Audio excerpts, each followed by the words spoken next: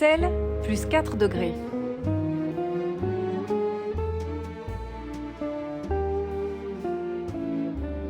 Les étés du futur, ils vont être très chauds. Il faut savoir que ces dernières années, ça a été plus vite en fait. La nuit, la température de l'air dans une ville est entre 3 et 6 degrés plus haute. On n'est pas du tout dans les clous pour respecter l'objectif de 1,5 degré, mais par contre, c'est pas du tout une raison pour abandonner l'objectif de 1,5 degré. Qu'est-ce que ça veut dire ça pour Bruxelles ? On a trouvé que ça correspond en fait à un réchauffement de 3,6 jusqu'à 4,1 degrés pour la région de Bruxelles. Plus 4 degrés, c'est pas du tout le scénario du pire, c'est un scénario médian. Ça veut dire concrètement que Bruxelles va connaître demain le climat qui est aujourd'hui celui d'une ville comme Marseille ou Toulouse. Bruxelles, plus 4 degrés. Un podcast de Fabrice Grosfilet. Le réchauffement climatique, ce n'est pas vraiment une surprise, même pas une nouveauté. Les scientifiques ont commencé à travailler sur cette question à partir de 1850, il y a près de 175 ans. La première fois qu'on a employé l'expression même de réchauffement climatique, c'était en 1975. Les chercheurs avaient déjà fait le lien entre la concentration de CO2, le dioxyde de carbone, et l'augmentation des températures. En 1979, 4 ans plus tard, un rapport de l'Académie nationale des sciences des États-Unis concluait qu'un doublement de la concentration en CO2 entraînerait une augmentation de la température entre 1,5 et 4,5 degrés Celsius. La science du climat avait vu le jour et en 1988, c'était la création du GIEC, le groupe des experts internationaux pour le climat qui dépend de l'Organisation des Nations Unies. Jean-Pascal Van Ypersele, climatologue à Luce et Louvain, est membre de ce GIEC. Alors je vais peut-être d'abord vous surprendre, mais il n'y a personne qui prévoit le climat du futur. C'est pour ça que le GIEC utilise un verbe différent pour parler du climat du futur. Il parle de projeter le climat futur, il parle de projection. Pourquoi ? Parce que pour prévoir, précisément, il faudrait savoir sur quelle trajectoire d'émissions nous allons nous trouver dans les décennies qui viennent. Or ce sera le fruit de décisions humaines. Et jusqu'à preuve du contraire, personne ne peut lire dans le cerveau des milliards d'habitants qui peuplent la planète pour savoir quelles décisions vont être prises dans les années et les décennies qui viennent. On ne prévoit donc pas l'évolution du climat, on fait des projections, nous dit Jean-Pascal Van Ypersele. Des projections qui sont de plus en plus précises et surtout qui se vérifient année après année. Ce qu'avaient annoncé les scientifiques se vérifie donc dans les faits. Dans ce podcast, on va se poser la question de savoir ce que ce changement climatique aura comme impact pour la région bruxelloise. Notre première étape nous emmène à l'Université libre de Bruxelles. Nous avons rendez-vous avec Luc Patein. Il est glaciologue et climatologue. En fait, le changement climatique a toujours existé, ou des changements climatiques ont toujours existé. C'est que celle-ci qu'on expérimente est clairement différente que tous les autres qu'on a connus. Primo, à cause de la rapidité. Dans le passé, il y a eu des changements climatiques, mais sur des périodes de plusieurs milliers, des centaines de milliers, voire même des millions d'années. Alors ici, on expérience déjà des hausses de température de plus qu'1 degré sur quelques décennies. C'est du jamais vu. Aussi, quand on regarde sur une période plus récente, les changements qu'on expérience, ce sont des changements qui sont du jamais vu sur les derniers millénaires qu'on connaît. En soi, le changement climatique n'est pas dangereux. C'est pas que la Terre va disparaître ou imploser ou quoi que ce soit à cause de ce changement climatique. C'est que les derniers millénaires, c'est l'humanité qui a pu se développer à cause des conditions climatiques relativement stables. Bien sûr, le climat a changé dans le passé à d'autres échelles de temps. Jean-Pascal Van Ypersele, de Luce et Louvain. La Terre, elle est là depuis 4,6 milliards d'années. 4,6 milliards d'années. Ça veut dire 4600 millions d'années. L'humanité, elle est là depuis 2 millions d'années à peine. 2 millions d'années. Donc c'est un instant par rapport à l'histoire de la Terre. Et au cours de ces 2 millions d'années, il n'y a jamais eu un climat aussi chaud que celui vers lequel nous sommes en train d'aller maintenant. Et c'est ça qui est important. Le fait que dans le passé, il y a X milliards d'années, il y ait eu des températures supérieures pour des raisons naturelles qui sont bien comprises, parce que les climatologues travaillent sur les climats du passé, la position de la Terre par rapport au Soleil, l'inclinaison de son axe par rapport à l'orbite terrestre, la composition même de l'atmosphère terrestre, tout cela a changé au fil du temps pour des raisons naturelles, bien avant l'activité humaine.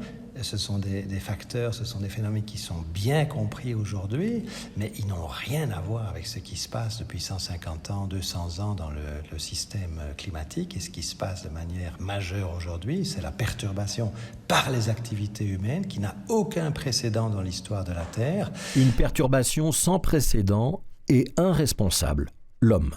C'est l'activité humaine qui est la cause de notre réchauffement.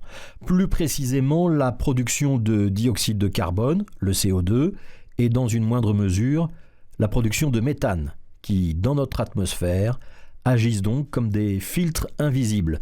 C'est ce qu'on appelle l'effet de serre, qui empêche la chaleur terrestre de s'échapper vers l'espace. Il n'y a jamais eu autant de CO2 dans l'atmosphère qu'aujourd'hui, et les glaces de l'Arctique ou de l'Antarctique sont là pour le confirmer. Comme glaciologue, on peut faire des carottages dans des calottes glaciaires, comme le Groenland et comme dans l'Antarctique, et on peut donc remonter plusieurs centaines de milliers d'années dans le passé. Il y a même des enregistreurs qui peuvent aller plus loin. Mais donc c'est clair que quand on regarde au niveau de la composition atmosphérique, parce qu'il y a des bulles d'air qui sont capturées dans la glace qu'on peut analyser, mais on n'a jamais connu sur les derniers millions d'années une concentration de CO2 dans l'atmosphère si importante comme on l'a aujourd'hui. Et on n'a jamais connu de température si élevée comme on connaît aujourd'hui. À l'ULB, il y a donc un laboratoire de glaciologie. On y entrepose dans de grands congélateurs ces carottes de glace ramenées du pôle sud ou du pôle nord. Cela aide à comprendre le climat du passé. Pour mesurer les températures présentes, les scientifiques utilisent d'autres techniques, les relevés de température bien sûr, avec des thermomètres plus ou moins sophistiqués, mais aussi les mesures par satellite, toujours à l'ULB. Une équipe d'une vingtaine de chercheurs est spécialisée dans cette étude du climat et de l'atmosphère par satellite interposé. C'est le laboratoire Square, dont Cathy Clairbeau est l'une des dirigeantes. Square à l'ULB, c'est un laboratoire de référence en ce qui concerne l'utilisation des mesures satellites dans l'infrarouge. C'est-à-dire qu'il y a différentes techniques. Et c'est vrai qu'en Belgique ou même en France, on est leader sur l'utilisation de mesures infrarouges pour surveiller les gaz dans l'atmosphère et l'évolution de la température et des paramètres météo. Donc le satellite sur lequel on travaille, l'instrument s'appelle YASI. Et en fait, c'est l'instrument qui apporte le plus d'informations au modèle météorologique actuellement. Donc, c'est-à-dire avec les profils de vapeur d'eau, les profils de température, etc., qui sont utilisés par les modèles météorologiques, que ce soit des modèles locaux ou des modèles à plus grande échelle. Ça fait partie des mesures qui sont utilisées, mais c'est celles qui ont le plus d'impact en fait sur les prévisions météorologiques. Cet instrument-là, il vole sur ce qu'on appelle une orbite polaire, c'est-à-dire 800 km autour de la Terre. Il tourne autour de la Terre 14 fois par jour en continu. Il y a d'autres instruments qui sont sur des orbites géostationnaires, Météosat, et des mesures locales. En fait, les modèles météo, ils utilisent toutes les mesures à leur disposition. Ça s'appelle l'assimilation de données. On met des poids différents selon que la mesure est plus ou moins fiable, etc.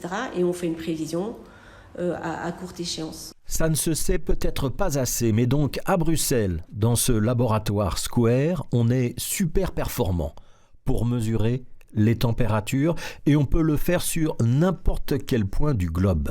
C'est une position idéale pour constater l'évolution du climat. La chose la plus facile à mesurer, c'est la température au niveau du sol. Mais il faut savoir que c'est vraiment au niveau du sol, c'est-à-dire comme si on plantait un thermomètre dans le sol, ce qu'on appelle la skin température ou température de surface, qui est un petit peu différente de la température juste au-dessus du sol, qui est celle qui est donnée par les mesures météo locales. Donc, nous, on a vraiment la surface de la Terre telle qu'elle émet de la radiation infrarouge.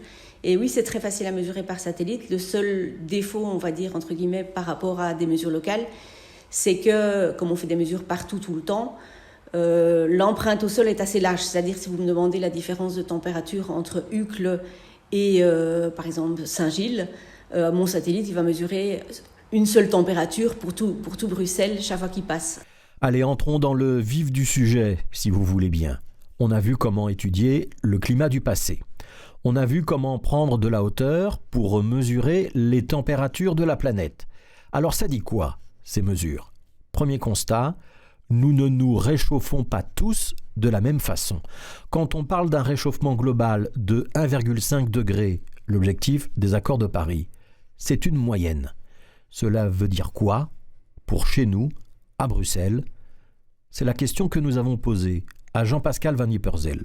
Les continents se réchauffent beaucoup plus vite que l'océan, parce que l'océan, c'est une masse d'eau gigantesque, donc l'inertie thermique est beaucoup plus grande. Donc d'une manière générale, tout ce qui est à la surface des continents se réchauffe plus que la moyenne. Maintenant, il y a aussi un autre facteur qui joue, pour répondre à votre question, c'est que dans les régions équatoriales, le réchauffement est moins fort que dans les régions polaires. Et en ce qui concerne la Belgique, nous nous trouvons à peu près à mi-chemin entre les deux. Donc là, on se trouve dans la moyenne du réchauffement des continents. Et donc, on peut estimer qu'en moyenne, 1,5 degré à l'échelle mondiale, ça fait à peu près plus 2 degrés chez nous, en moyenne sur l'ensemble du territoire. Mais si maintenant on va voir à l'échelle de grandes villes comme Bruxelles par exemple, il faut rajouter un autre effet, c'est l'îlot de chaleur urbain qui provient du fait qu'il y a dans les villes une très grande quantité de béton, de macadam, de surfaces sombres et souvent trop peu de végétation et trop peu d'arbres. Et le résultat, c'est que la chaleur s'accumule dans les villes et quand il y a une vague de chaleur qui dure quelques jours, eh bien la température à l'intérieur de la ville peut être beaucoup plus élevée que sur le reste du territoire. Il y a aussi des effets sur les vents et la circulation des vents qui résultent en un réchauffement plus important. Donc 2 degrés en moyenne sur la Belgique, ça peut très bien vouloir dire 4 degrés, 5 degrés à Bruxelles pendant les pics de chaleur en tout cas. Si on regarde une hausse de température mesurée depuis donc, le début de l'ère industrielle, au niveau mondial, on est à plus 1,2 degrés. Frank Patein, climatologue à l'ULB. Si maintenant on regarde aux enregistrements de Uccle, on a déjà ici pour la Belgique une hausse de température de plus 2 degrés. Et donc quand on parle de température globale, c'est l'ensemble de la Terre, y compris les océans. On n'a pas oublié que 70% de toute la surface terrestre est occupée par les océans. Et donc avec toutes les politiques qui sont déjà mises en place, on va vers une hausse de température aujourd'hui entre 3 et 3,5 degrés environ. Si on fait tous les efforts pour arriver à une hausse pour limiter la hausse de température à 1,5-2 degrés au niveau global, mondial, ça représente ici une hausse de température d'environ 3 degrés ici par rapport à Bruxelles, en sachant que la température a déjà augmenté avec 2 degrés. Donc on est déjà clairement dans ce changement climatique. Le changement climatique, ce n'est pas quelque chose du futur, c'est quelque chose du présent. On reviendra sur le phénomène de l'îlot de chaleur urbain dans un prochain épisode de ce podcast. Mais vous avez entendu les climatologues. Jusqu'à 5 degrés, dit l'un, 3 degrés et demi, dit l'autre. Alors évidemment, il faut savoir d'où on part. La règle, c'est de prendre habituellement comme base de départ les températures de l'ère pré-industrielle, ça veut dire avant 1900. À Bruxelles, nous avons la chance d'avoir des relevés qui remontent même jusqu'à 1830. Ces températures sont observées sur le site de l'observatoire à Uccle. C'est d'ailleurs sur ce site de l'observatoire que le gouvernement fédéral a installé le Centre fédéral pour le climat, une petite équipe qui est chargée d'objectiver les données disponibles sur notre climat. Le professeur Rafik Hamdi travaille pour ce Centre fédéral climat. On est déjà à 2,7 pour Bruxelles, donc pour la région de Bruxelles. Donc le réchauffement depuis la période pré-industrielle, on est à 2,7. Et on a fait une étude, on vient de faire une étude en fait ici à l'IRM, Pour quantifier ce que ça veut dire 1,5 ou 2 degrés de réchauffement global, qu'est-ce que ça veut dire ça pour Bruxelles? On a trouvé que ça correspond en fait à un réchauffement de 3,6 jusqu'à 4,1 degrés pour la région de Bruxelles. En fait, c'est une fourchette, donc ça veut dire qu'on a utilisé un ensemble de modèles de projection, donc 10 ensembles. Quand on dit de 3,6 jusqu'à 4,1, c'est une fourchette qui est donnée par l'ensemble des modèles qui ont été utilisés. Comme les modèles globaux n'incluent pas en fait les effets de la ville, les effets urbains, c'est la première fois qu'on a essayé de quantifier cet effet au niveau vraiment local, au niveau d'une ville, quoi. Entre 3,6 et 4,1 degrés de réchauffement. C'est donc la fourchette officielle à retenir pour Bruxelles. Les scientifiques le reconnaissent eux-mêmes, ils ont été prudents dans leurs calculs. La fourchette pourrait donc être dépassée. Ce qu'on vous propose, c'est donc de retenir ce chiffre de plus 4 degrés. Ce sera le titre de ce podcast. C'est le réchauffement donc attendu pour la région bruxelloise, 4 degrés de plus que la température pré-industrielle, et en sachant qu'on a déjà fait la moitié du chemin. Ce seuil de 4 degrés, on devrait l'atteindre aux alentours de 2030-2035, c'est donc après-demain. Et bien sûr, si la température moyenne mondiale dépasse les fameux 1,5 degrés des accords de Paris, alors nous aussi, nous dépasserons les 4 degrés.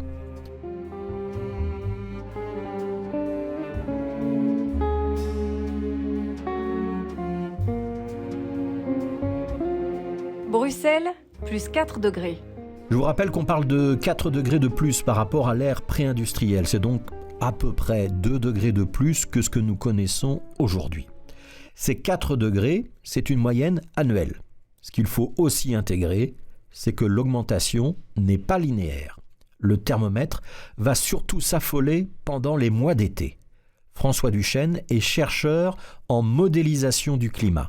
Lui aussi travaille au Centre fédéral du climat sur le site d'Uccle. Et on lui a demandé de nous décrire à quoi ressemblera l'été dans quelques années. Ce n'est pas réjouissant. Les étés du futur, ils vont être très chauds. Donc, par exemple, en termes de vagues de chaleur, les moyennes, elles augmentent. Dans les temps historiques, avec quelques jours par été, par-ci par-là, en moyenne. Parfois, il n'y en avait pas, parfois, il y en avait un peu plus. Voilà. Quand on a 1,5 degré, on arrive à une petite dizaine de jours de vagues de chaleur en moyenne. À 2 degrés, c'est une petite quinzaine. Donc ça augmente. Et évidemment, ce sont des moyennes pour avoir tout un mois de vagues de chaleur, voire 2, voire même parfois 3. Donc en fait, tout l'été en vagues de chaleur. C'est quoi la définition d'une vague de chaleur ? Une vague de chaleur. Alors nous avons pris une définition qui est basée sur une période de 5 jours avec la température minimale qui doit être au-dessus de 25 degrés et la température maximale qui doit être au-dessus de 30 degrés. Donc ça veut dire qu'on pourrait avoir tout un été avec les températures que vous venez de décrire. Voilà, c'est ça.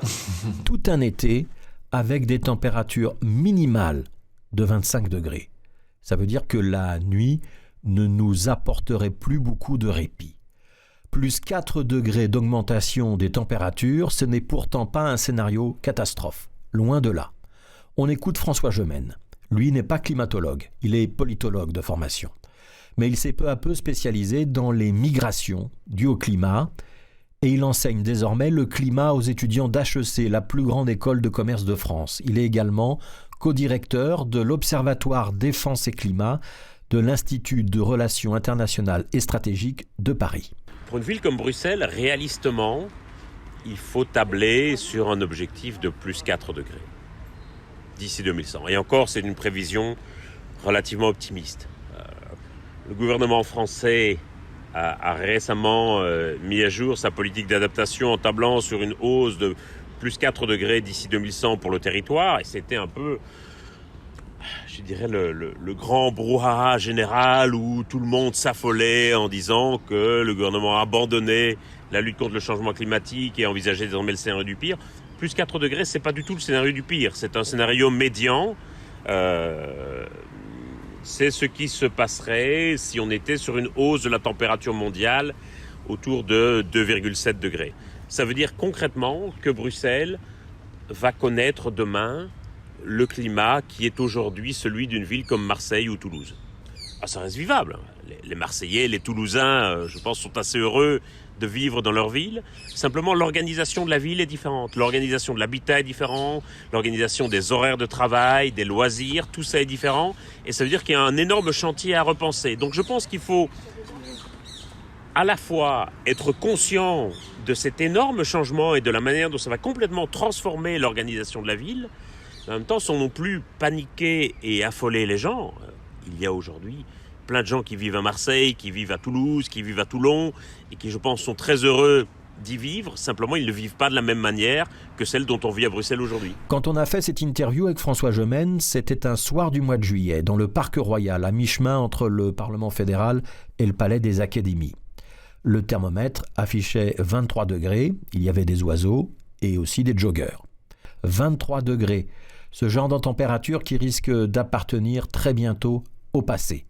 On le confirme avec Cathy Clairbeau de l'ULB. Vous vous rappelez, c'est elle qui observe les températures avec les données de ses satellites. Et pour elle, la tendance au réchauffement est indéniable. Si je vous montre les cartes au jour le jour et qu'on met des codes de couleurs de manière explicite, on va voir que nos cartes sont de plus en plus rouges, parce que plus c'est rouge, plus c'est chaud.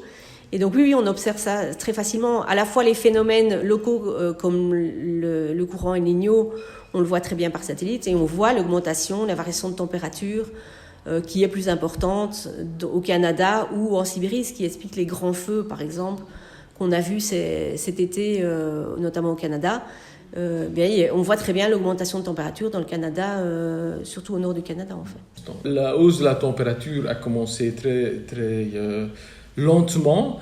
Franck Patein, climatologue à l'ULB. Et c'est accéléré parce qu'en fait, ce n'est pas la quantité d'émissions qu'on émet dans l'atmosphère, mais c'est le total, l'accumulation de toutes nos émissions. Parce que les gens, parfois, ils oublient que ce n'est pas ce qu'on émet maintenant qui est important, mais tout ce qu'on a émis pendant notre vie entière qui est responsable pour le réchauffement. Le CO2, c'est un gaz qui reste longtemps dans l'atmosphère, plusieurs décennies, peut-être rester là des centaines d'années. Le CO2, c'est un gaz à effet de serre très stable et présent en concentration très abondante. Cathy Clairbeau, du laboratoire Square. Donc, il est réparti partout autour de la Terre. Donc, les mesures, c'est assez ambigu, parce qu'à la fois, le CO2, c'est un signal énorme dans nos observations, mais il est là tout le temps et en concentration très abondante. Donc c'est difficile de voir des petites fluctuations du signal. Donc s'il y a par exemple un pays qui émet un peu moins de CO2, c'est assez difficile à voir parce qu'il est réparti partout et qu'il reste en concentration très abondante. Il se balade partout. En fait, le CO2 qui est émis dans l'hémisphère nord, un an après, il se retrouve dans l'hémisphère sud. Il est très très stable, il reste plusieurs dizaines d'années. La seule chose qui le détruit, en fait, c'est qu'il finit par être absorbé par la végétation, par l'océan, qui sont des puits de carbone.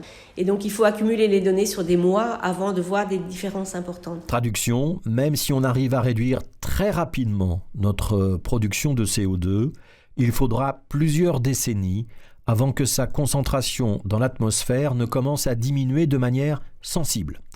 Pas d'amélioration substantielle à attendre avant 2100, pensent certains climatologues. Et le cap des 1,5 degré pourrait être franchi très rapidement, peut-être même dans les mois qui viennent. C'est en tout cas ce que pense Cathy Clairbeau. On sait que les gaz à effet de serre continuent à s'accumuler. Donc on prend, on va dire, 1/10 de degré tous les 2-3 ans. Ça, c'est une chose. Donc ça, c'est la tendance de fond qu'on connaît et qui est continue depuis maintenant une trentaine d'années, mais qui s'accélère ces dernières années.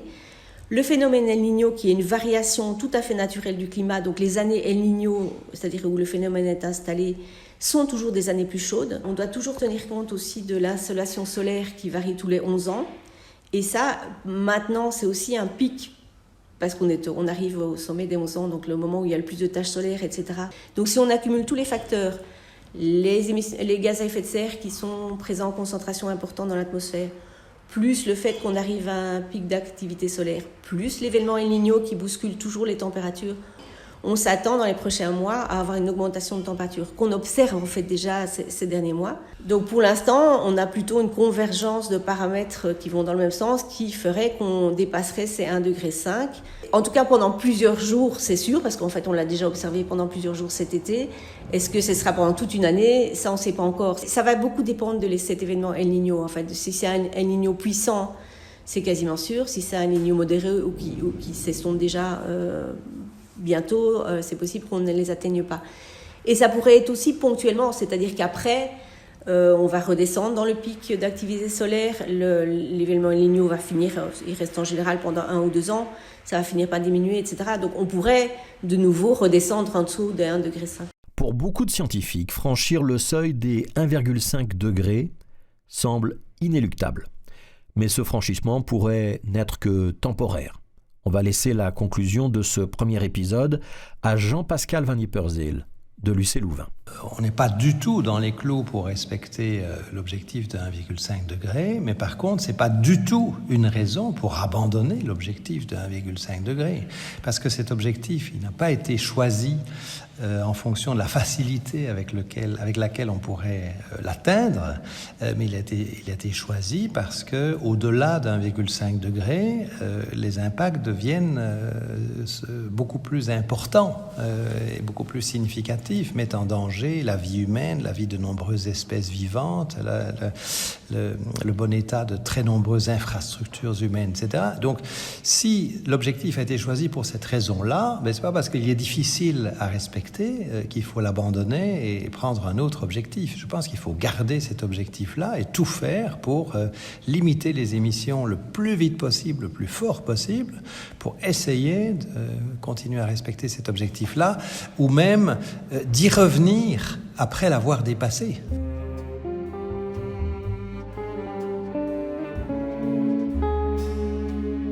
Bruxelles, plus 4 degrés. Un podcast de Fabrice Grosfilet. C'était l'épisode 1 de ce podcast. Dans l'épisode 2 de Bruxelles plus 4 degrés, on s'intéressera spécifiquement au phénomène de l'îlot de chaleur urbain et surtout aux moyens de le contrer ou de le limiter dans une grande ville comme Bruxelles. Je remercie Jean-Pascal Van Ypersele, Franck Patein, Cathy Clairbeau, Rafik Hamdi, François Duchesne et François Gemène d'avoir répondu à mes questions. La musique du générique est le morceau Global Warning du guitariste bruxellois Philippe Catherine et j'espère vous retrouver dans l'épisode 2.